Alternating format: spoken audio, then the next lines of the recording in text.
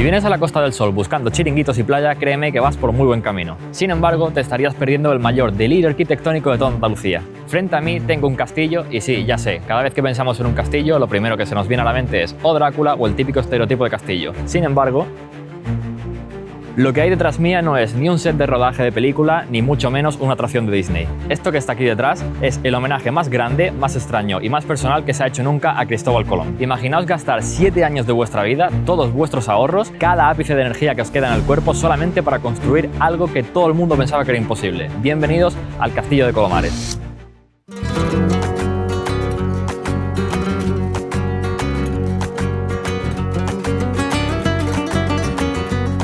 Para comprender este sitio hay que entender la mente del doctor Esteban Martín, y es que resulta que no era arquitecto, sino ginecólogo. Por esa misma razón, este sitio no se construyó sobre un plano real, sino que nació de la obsesión de una persona. De ahí que todo el mundo en el pueblo pensaba que simplemente se había vuelto loco.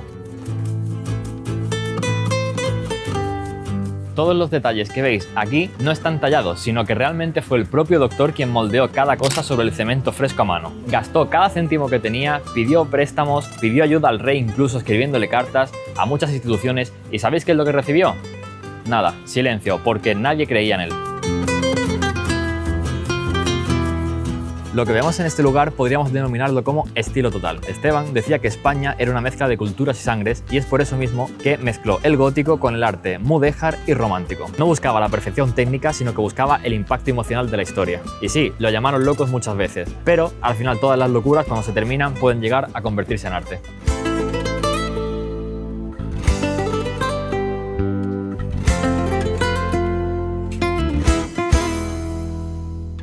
Fijaos en esta proa, es una representación literal de la Santa María, que fue la más grande de las 3 embarcaciones. Pero ojo al detalle, porque si os fijáis más abajo podemos ver tallado en piedra una figura de un dragón. ¿A qué se debe esto? A que estos marineros, cuando se embarcaron hacia el mar tenebroso, como lo llamaban ellos, se pensaban que estaba repleta de monstruos. Es un viaje visual. Aquí podemos encontrar el escudo de los Reyes Católicos, la estrella de David y una mano de Fátima. Es la representación de que sin las 3 culturas, Colón nunca hubiese llegado a América. Y he de decir que no os he puesto ninguna imagen de la mano de Fátima porque no la he encontrado, pero es que realmente este sitio está tan cargado de detalles que sería imposible encontrar todos y cada uno de ellos. De hecho, os invito a que si queréis venir, la entrada cuesta alrededor de unos 3 euros y podéis investigar todo lo que hay aquí, ya que la cantidad de información y de detalles que hay es asombrosa.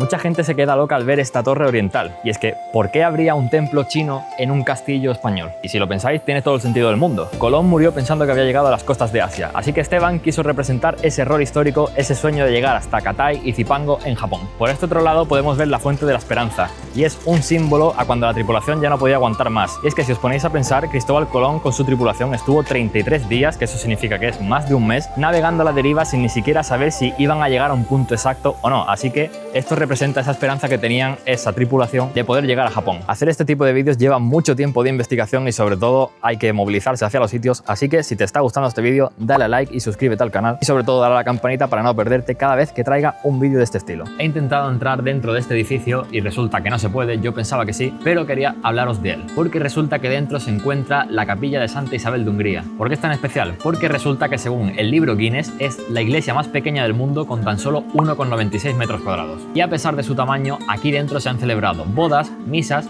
pero lógicamente con el cura en el umbral de la puerta y con las personas fuera porque, ya os digo, es tan pequeña que prácticamente ni se puede entrar dentro. Este lugar es sagrado y místico y Esteban consiguió que, mediante la estructura que creó dentro, según el solsticio, la luz se enfoca en un punto diferente de la sala. Justo encima de este edificio también se encuentra el Faro de Fe. No es solo una torre bonita, sino que es este faro que guiaba con la luz a las naves, pero que también simboliza la fe que tenían sus tripulantes porque iban directos hacia lo desconocido, se acercaban hacia un punto en el que supuestamente no tenía un final como tal y estaba repleto de monstruos marinos. Entre tantos detalles que hay aquí, Esteban incluso dejó un mausoleo vacío, porque quería que los restos de Cristóbal Colón se quedasen aquí. Tenía todo listo, el mármol, la orientación, la ubicación, sin embargo, nunca llegó esa ayuda que pidió el gobierno. Por lo tanto, el mausoleo a día de hoy sigue vacío, a lo que pienso que es la parte más triste de este recinto. Ahora viene la parte que no te cuentan en los folletos, y es que en 2001 el doctor Esteban falleció, pero se fue sabiendo que toda su obra no había servido entre comillas para nada, ya que el mundo de la arquitectura nunca llegó a reconocerlo como tal. Siempre le vieron como un intruso Al fin y al cabo era un hombre rico que simplemente tenía un hobby extraño y a lo largo de los años le pusieron muchas trabas, le negaron ayudas y realmente nunca llegaron a comprender el mensaje que él había transmitido a través de todas estas piedras. Por lo tanto, se fue con esa sensación agridulce de pensar que su obra no había servido para nada. Hoy en día este sitio es un éxito en visitas, pero sin embargo el hombre que la construyó nunca llegó a ver ese reconocimiento. Es por eso que pienso que este lugar no es solo un monumento para Colón, sino que también es un monumento a lo testarudo que puede llegar al ser humano, a que si tienes una idea, aunque la gente se ría de ti, tienes que llegar a realizarla. Llevo un rato buscando la mano de Fátima y no la encuentro, así que por favor, si alguno de vosotros viene aquí, dejadme en los comentarios si la habéis encontrado o en su defecto si conocéis más detalles ocultos de este lugar. Colomares nos enseña que las historias no solo las escriben los que ganan batallas, sino también los que se atreven a soñar a lo grande. En Benalmádena hay un montón de sitios, pero diría que ninguno tiene tanta alma como este lugar.